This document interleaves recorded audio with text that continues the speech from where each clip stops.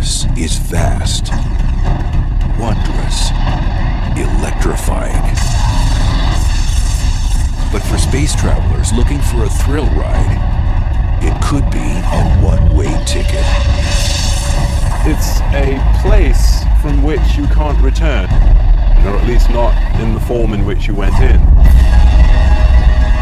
Go where no one has dared to venture. Take a virtual tour of the deadliest places in our galaxy and beyond.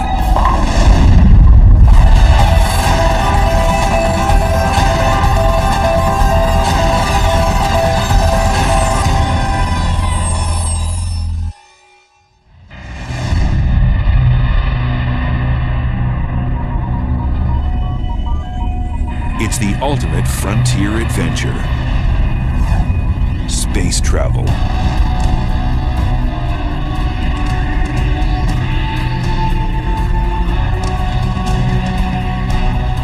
But when trekking through the galactic jungles,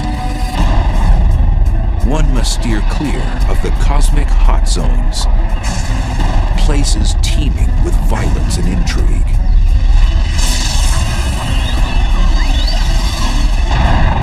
There are dangerous places, certainly very energetic phenomena that are a lot more powerful than atomic bombs being detonated. Infinitely more powerful. The universe does seem to be a very violent place. It seems to have been born in a violent explosion called the Big Bang, and there's all sorts of violent processes going on.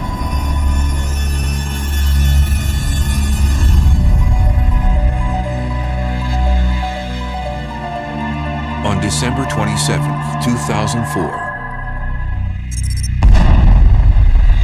satellites picked up the greatest cosmic explosion ever recorded. A blast 30,000 light years away, which had the power to briefly alter our planet's upper atmosphere.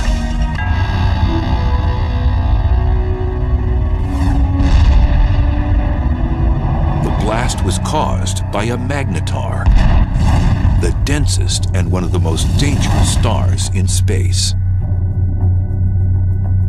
The magnetic field strength of a magnetar is about 1,000 trillion times the magnetic field energy of the Earth.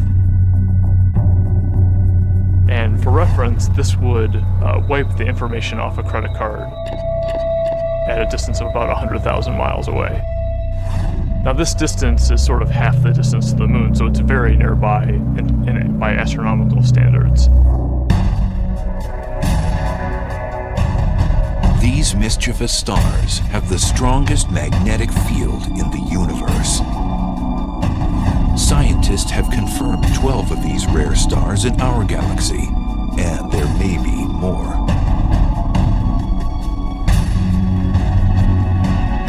Caltech's Brian Cameron scans the Milky Way for these strange stars.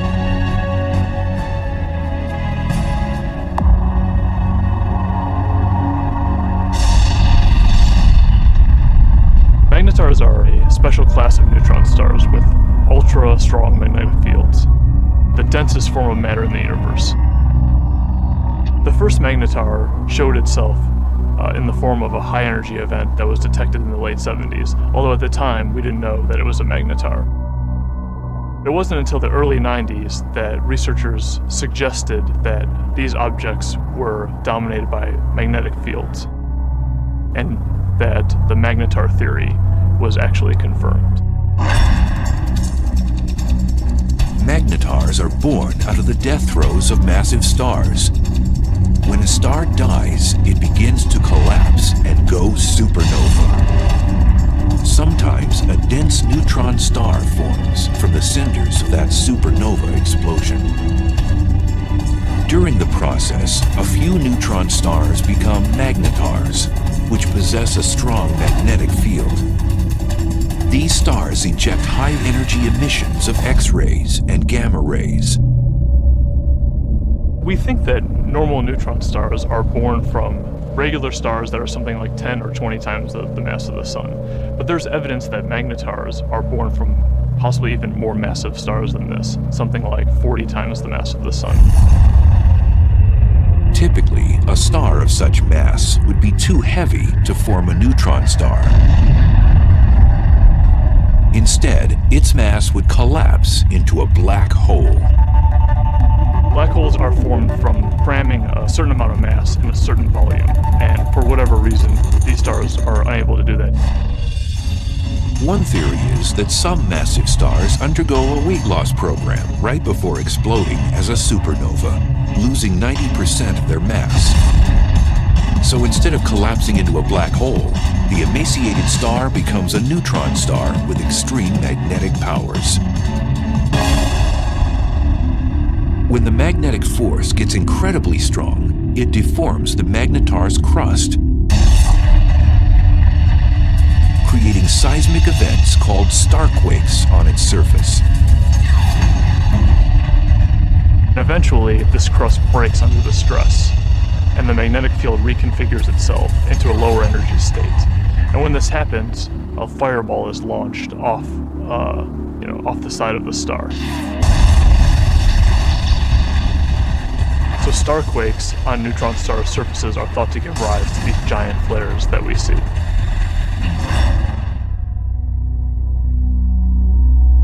After a magnetar undergoes one of these flares, it outshines all the stars in the galaxy for the few tenths of a second that it's taking place. Within these giant flares are short bursts of gamma rays which move at the speed of light. The giant flares from magnetars are gamma ray bursts. They're very short in duration, less than a second, and have very hard X-ray spectra compared to another class of gamma ray bursts. If a deep space traveler veered off course and was unlucky enough to pass within 700 miles of one of these massive objects, the consequences would be horrific. The magnetic field of the magnetar can literally warp the atoms in human flesh, and its gravitational forces would tear a person apart.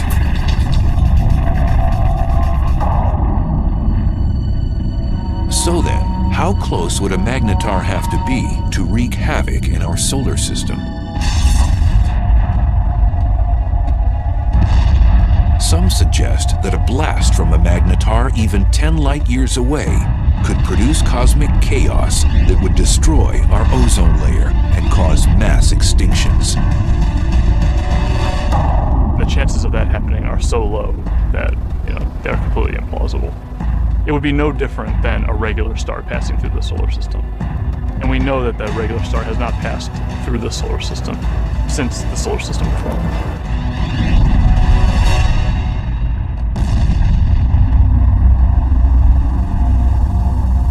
Scientists think that magnetars are only a few thousand years old and will become dim after 10,000 years.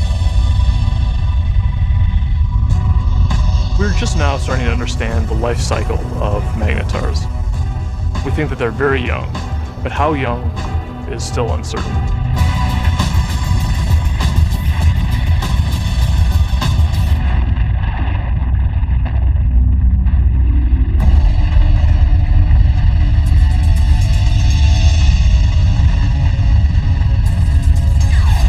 In addition to magnetars, satellites and ground-based observatories have been picking up other violent things in space.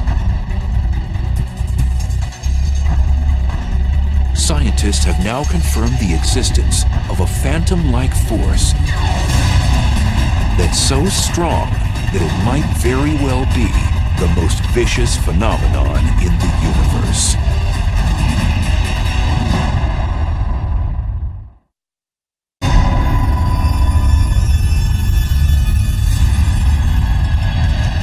Stealthy villains haunt each and every galaxy. One particular beast tears up anything in its path and gobbles it down like a cocktail hors d'oeuvre. It's one of the most bizarre and destructive phenomenon in the universe, a black hole. think a black hole is the place which is more violent than anywhere else in our universe. It's like going over the edge and you can't get back. It's fatal attraction, I suppose.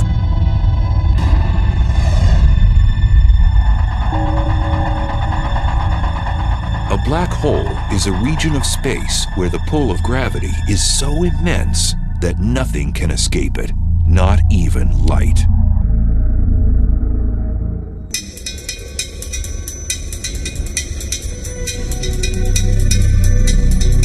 Astrophysicist and triathlete Ferial Ozel is attempting to unlock the mysteries surrounding this elusive cosmic force.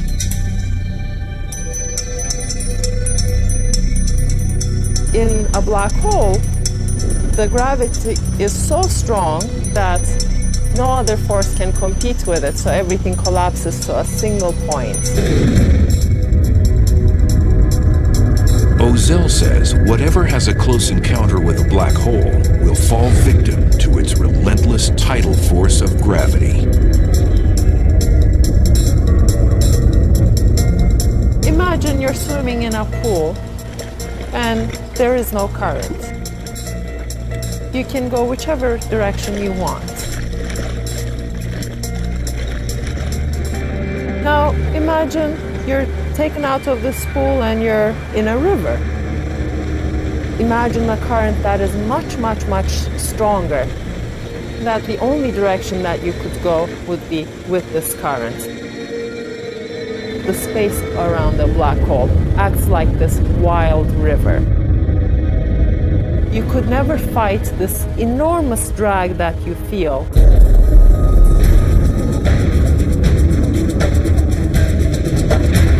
As an object approaches the edge of the black hole, called the event horizon, it reaches the point of no return.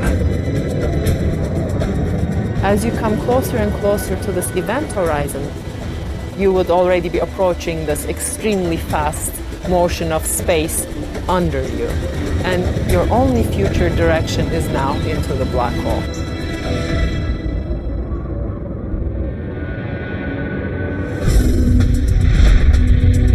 The idea of the black hole as a whole sometimes can be a little bit confusing. What it really is, in some sense, it's a place from which you can't return, or at least not in the form in which you went in.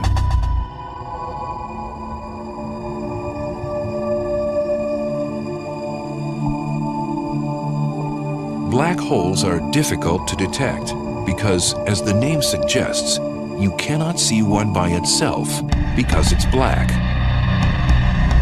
But scientists have spotted a black hole when its gravity affects something else in space, such as a passing star.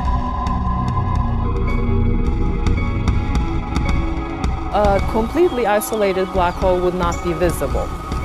What we really see from a black hole is actually the hot material that's swirling around it and that's being sucked into it. So in the neighborhood of these powerful black holes, you'll get a lot of radiation resulting from the black hole pulling in material and stretching it and twisting it as it's falling in. Black holes consume anything in close range, and there are billions upon billions of them prowling the universe.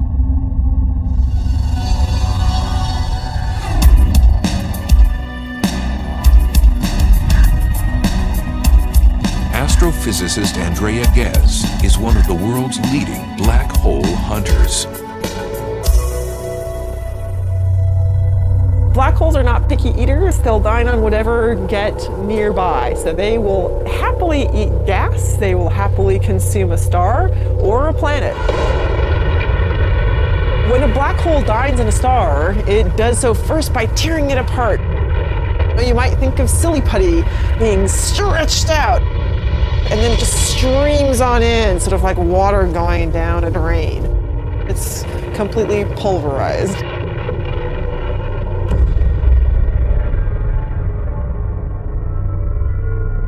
Black holes are produced, we believe, by the collapse of the core of a massive star, something like 25 or 30 times the mass of the Sun or more.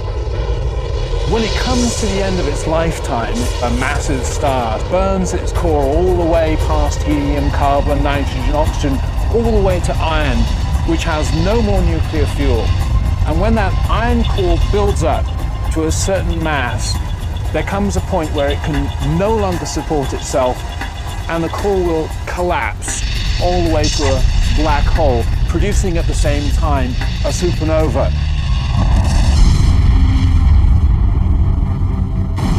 The supernova sends out explosive amounts of energy, so anything in its vicinity will get obliterated. Then the remnants of the explosion fall into a newly formed black hole. And it seems the key to the black hole's allure is gravity. Gravity will pull things around, just like the sun's gravity pulls the planets around. In fact, stars will happily orbit the black hole for most of its life and won't actually be sucked in. These stars are actually safe from the fatal attraction of the black hole. But if you do venture too close, extremely close to the edge, then you do get sucked in. Scientists believe there are millions of wayward black holes throughout our galaxy, the Milky Way. And because we can't readily see them, one could be right next door.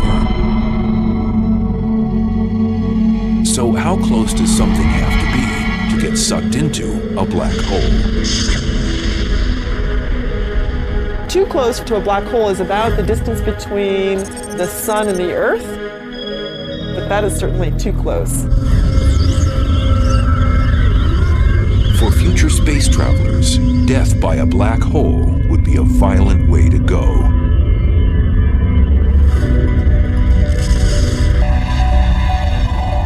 The method by which a black hole could kill you depends on how big the black hole is. They come in two categories. Most of them are the stellar mass black holes, which are 5 to 30 times the mass of our Sun.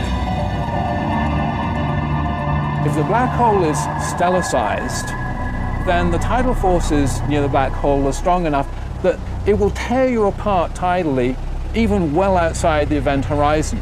If you wanted to fall into a black hole, you certainly wouldn't want to fall into one of those. It will spaghettify you. But in addition to the stellar-sized black holes, there are others that are mammoth, millions to a billion times the mass of the Sun. And now scientists believe that these monsters hold center court in every galaxy, including our own.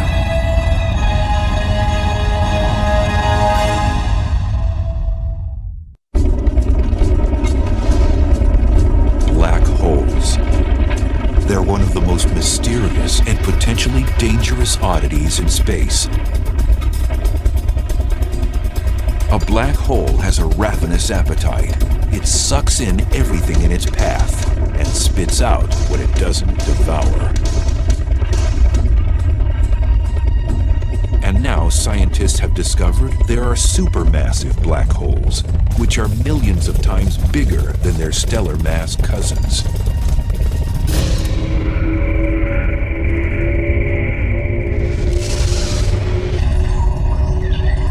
Evidence suggests that supermassive black holes were born after the Big Bang, when the universe was first created. The leading idea is that they would have formed just like a stellar black holes from the collapse of the core of a massive star. But then they grew by feeding grossly from the gas, from other galaxies which collided with them.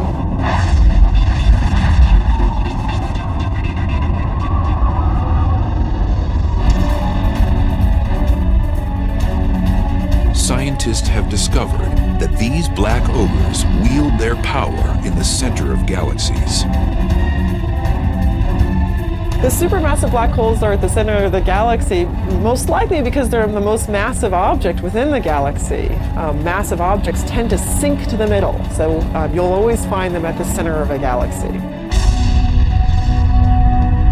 For a long time, scientists didn't think a supermassive black hole existed in our neck of the universe, the Milky Way.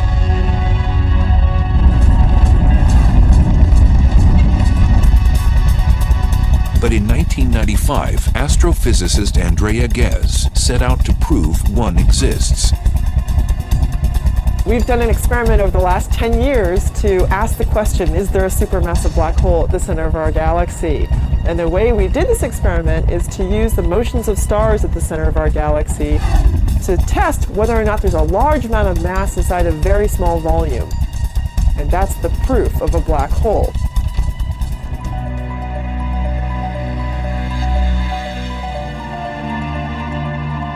At the Keck Observatory in Hawaii, which houses one of the largest telescopes in the world, Ghez began using a groundbreaking technology called adaptive optics, which brings into focus faraway objects. So this is without adaptive optics. This is what you would see. In this big square, there's nothing. We turn adaptive optics on, and you see the stars. This region contains the stars that provide the keys to our experiment. So we want to watch how these stars move. Ghez noticed that there was a large cluster of stars orbiting around an invisible object at the center of our galaxy. And they were moving at an unusually rapid rate. So we can actually see these stars that are really close to the center, and we can watch them go around. The stars go around the black hole just the way the planets orbit the sun. The orbits tell us where the black hole is, so it's located right where the star is. That's the center of our galaxy.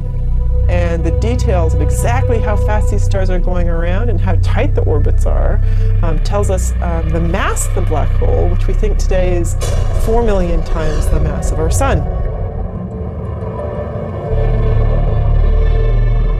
For Ghez, confirming that a supermassive black hole indeed exists at the heart of our galaxy was like summiting Mount Everest. It was incredibly exciting to discover the supermassive black hole at the center of our galaxy, simply because it was a question we had set out to address. The question, is there a supermassive black hole? And we could design an experiment that actually got at it.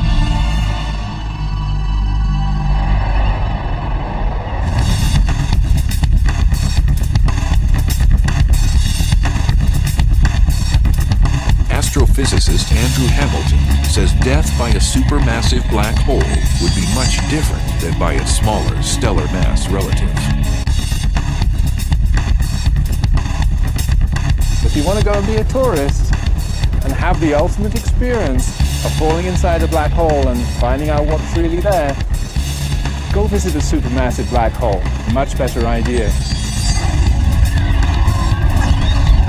Unlike a stellar black hole, which would rip you to shreds before entering its deadly vortex,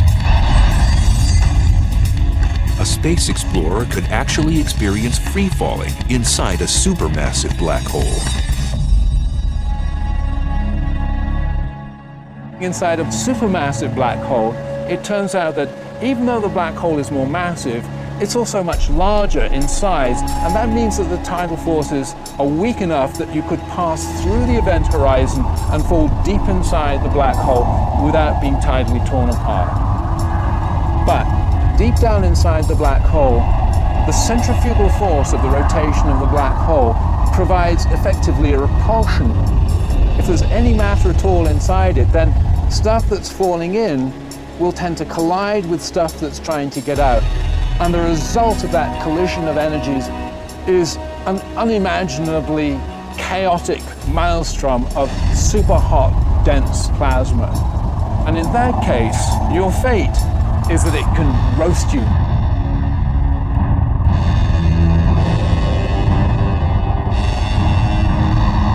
So how close would space travelers have to be to get sucked into a supermassive black hole in the center of a galaxy?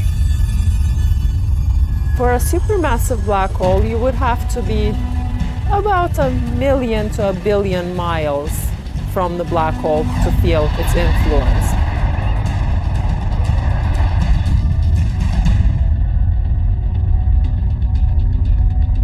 Over the years, the Chandra X-ray Observatory has caught our galaxy's supermassive black hole nibbling on cosmic matter, not binging like other supermassive black holes. Our black hole is today inactive compared to other black holes. Our galaxy has very little gas at the center, and so there's nothing really for the black hole to feed on. It's not eating very much. It's going on a bit of a starvation diet. Our galaxy's supermassive black hole appears to be fasting. This is partly due to the fact that as a galaxy ages, less and less matter is present for it to gorge on. But in the future, it might be quite a bit more active if it ever gets a fresh supply of gas at its center to feed off of. One way to rejuvenate our supermassive black hole's appetite is to collide with another galaxy. Sound implausible? 2 million light-years away, our closest neighbor, the Andromeda Galaxy, is charging toward us at almost 75 miles per second, or 270,000 miles per hour.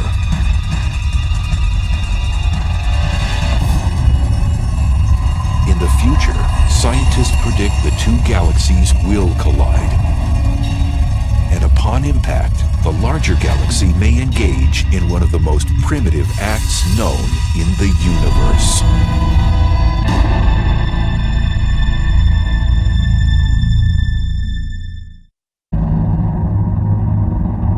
It's one of the most barbaric rituals in space.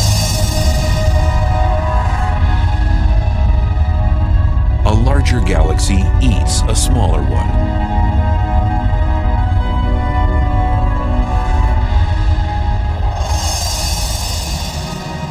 The scenario isn't a science fiction writer's fantasy. It's a cosmic reality. It's called galactic cannibalism.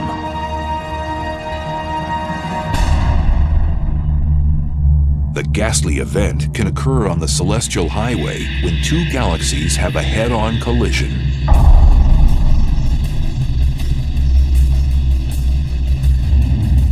Both eventually meld together in a less than harmonious merger. If you're a galaxy, it's very violent. You're torn to shreds.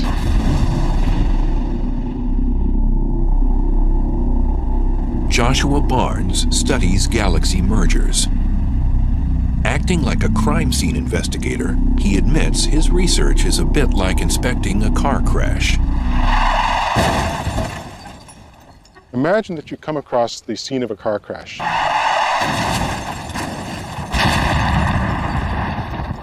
Two wrecked vehicles, but no witnesses. Nobody to tell you what happened. All you have is the physical evidence.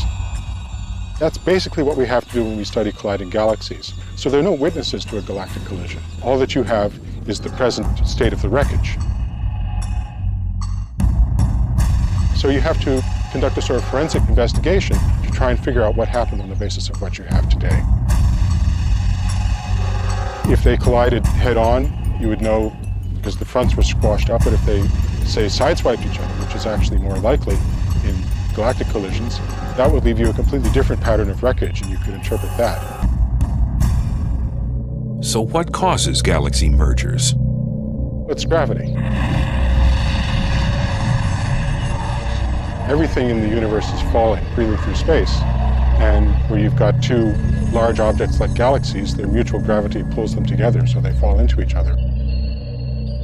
So it's really just the force of gravity pulling things around.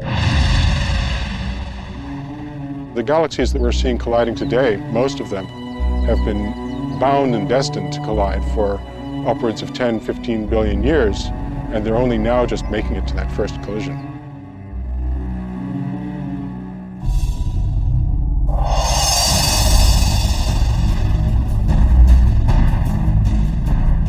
Our own galaxy the Milky Way is moving toward our neighbor Andromeda. Both galaxies are spiral in shape, but Andromeda is about twice as massive, with a supermassive black hole the mass of 30 million suns.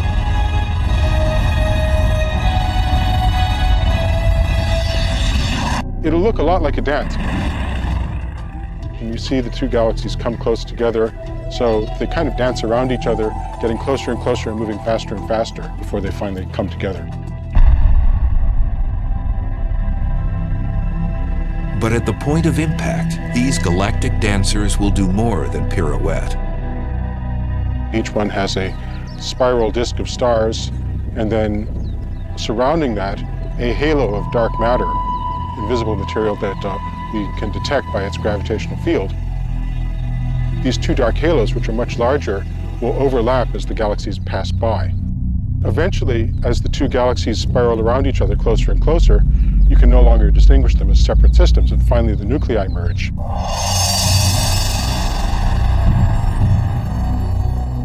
When Andromeda and the Milky Way collide, that's going to be the biggest collision that the Milky Way has seen, something like 5 billion years' time. The good news is that we, the solar system, will have a grandstand view. What will happen is that two galaxies, their spiral disks, are going to get tidally torn apart into fantastical shapes.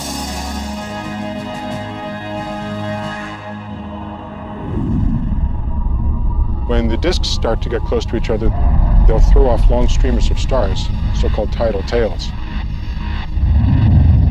And what happens to the sun and the solar system, should we still be around, it really is hard to predict. We could get lucky and be on one of those tidal tails and get a sort of bird's eye view of the whole process as we fly out. Or we could get thrown into an orbit plunging towards the center of the merging galaxies. There's basically no way to say.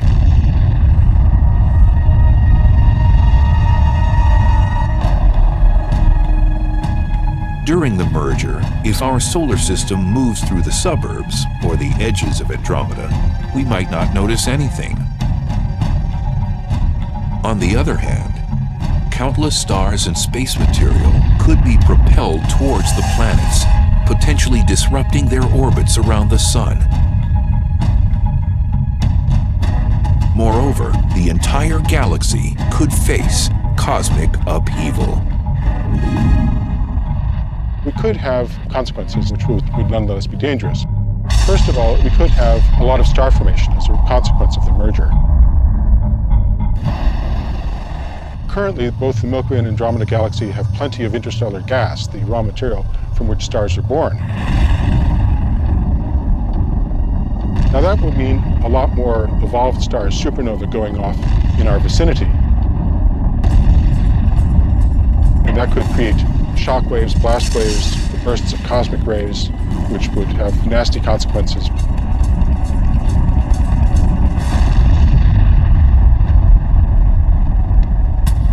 After the merger, the fate of our solar system is uncertain, as the supermassive black holes of Andromeda and the Milky Way vie for power in the newly jumbled galaxy.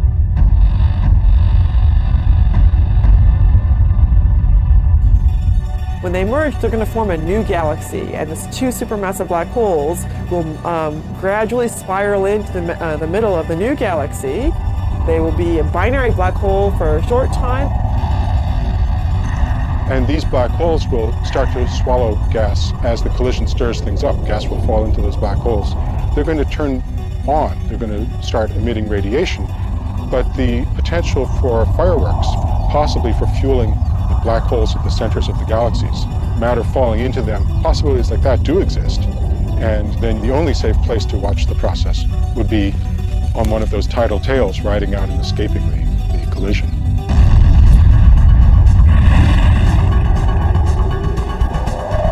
Some scientists think that Andromeda's larger supermassive black hole will eventually consume the Milky Ways. The two black holes will spiral in the center and become a binary black hole, and ultimately will merge with one another to become yet an even bigger supermassive black hole.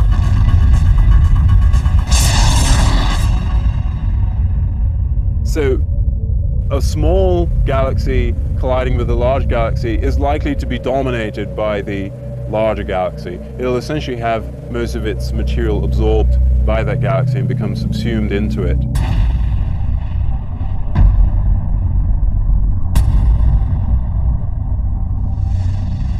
Scientists believe galaxy mergers are a way of life in the universe. Modern galaxies, including the Milky Way, have grown larger by cannibalizing smaller galaxies. Every galaxy that we see has probably been through many collisions. The Milky Way has a central bulge of stars, which are probably the relic of a previous collision. Most scientists agree that the much-anticipated merger between the Milky Way and Andromeda won't happen for at least 3 billion years.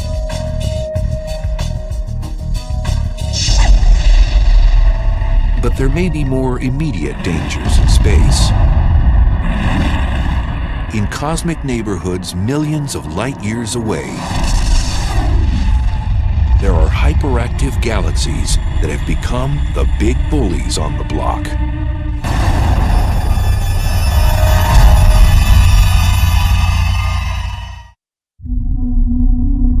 At the heart of some galaxies lives a cosmic monster.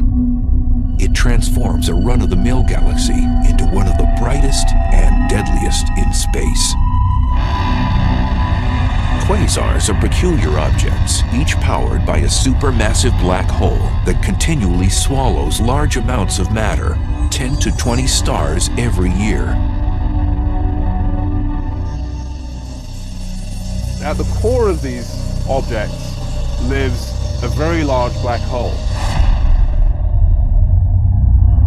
And the role of that black hole is to actually generate a huge amount of energy.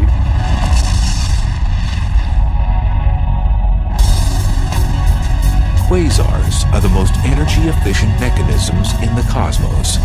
They give off more power than 100 normal galaxies.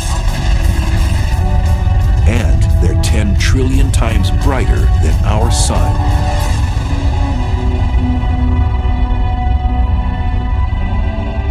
So how are quasars created in the universe?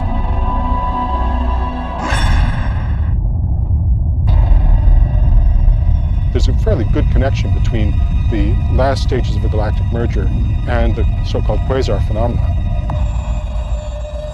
If that really happens in the case of the Milky Way and Andromeda, we could have, for a period of some tens or possibly even 100 million years, a quasar active in the center of the merged galaxies. And a quasar puts out about 100 times as much energy as a typical galaxy.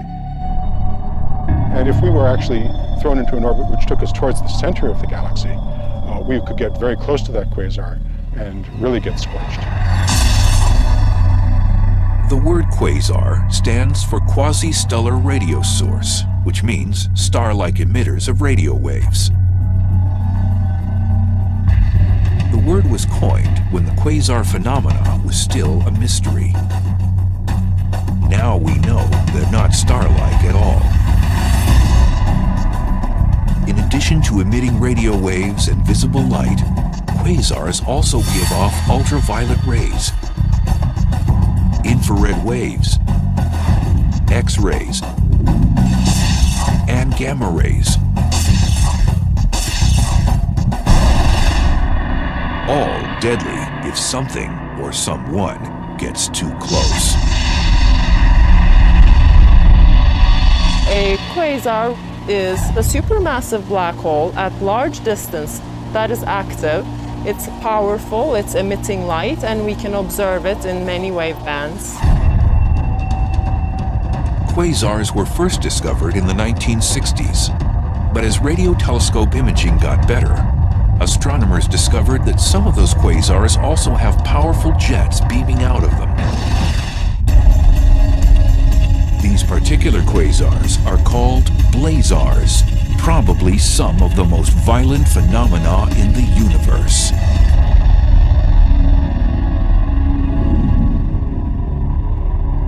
Blazars are powered by black holes, just like quasars, but they're somewhat different in that all of that energy is being focused, or a large amount of that energy is being focused into jets, which are streaming out.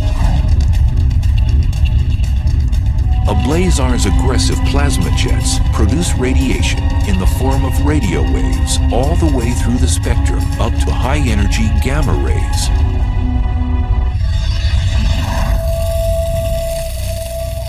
Astrophysicist Glenn Piner has been investigating the physical conditions at the centers of these exotic galaxies.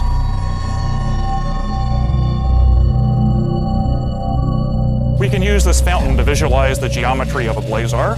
If that circular base of the fountain represents the accretion disk, then the jet of water that's coming up represents the jet of plasma coming out from the blazar. And if the Earth is sitting up in the direction that that water is going, then we would see this object as a blazar. To an astronomer, it's like looking down a fire hose. It really gets you in the eye. You see this bright, blazing thing that we call a blazar. These blazar jets move exceptionally fast. The fastest observed move at 99.9% the speed of light. If you were to take a small object like this bowling ball and you wanted to accelerate it up to 99.9% of the speed of light, you would have to give this bowling ball all the energy produced in the world for an entire week to accelerate it to that speed.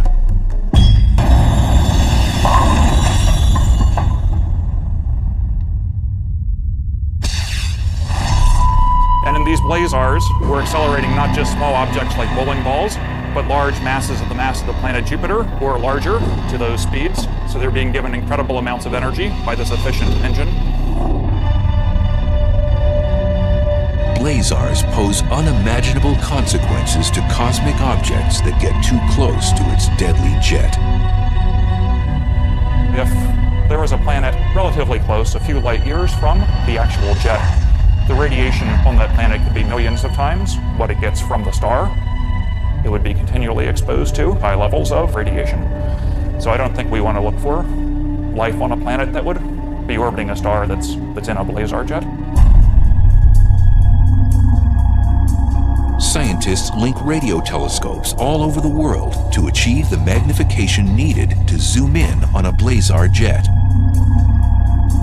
So to give you an analogy for what kind of magnification that is, that would be magnification sufficient to read a newspaper that someone was holding in New York from Los Angeles.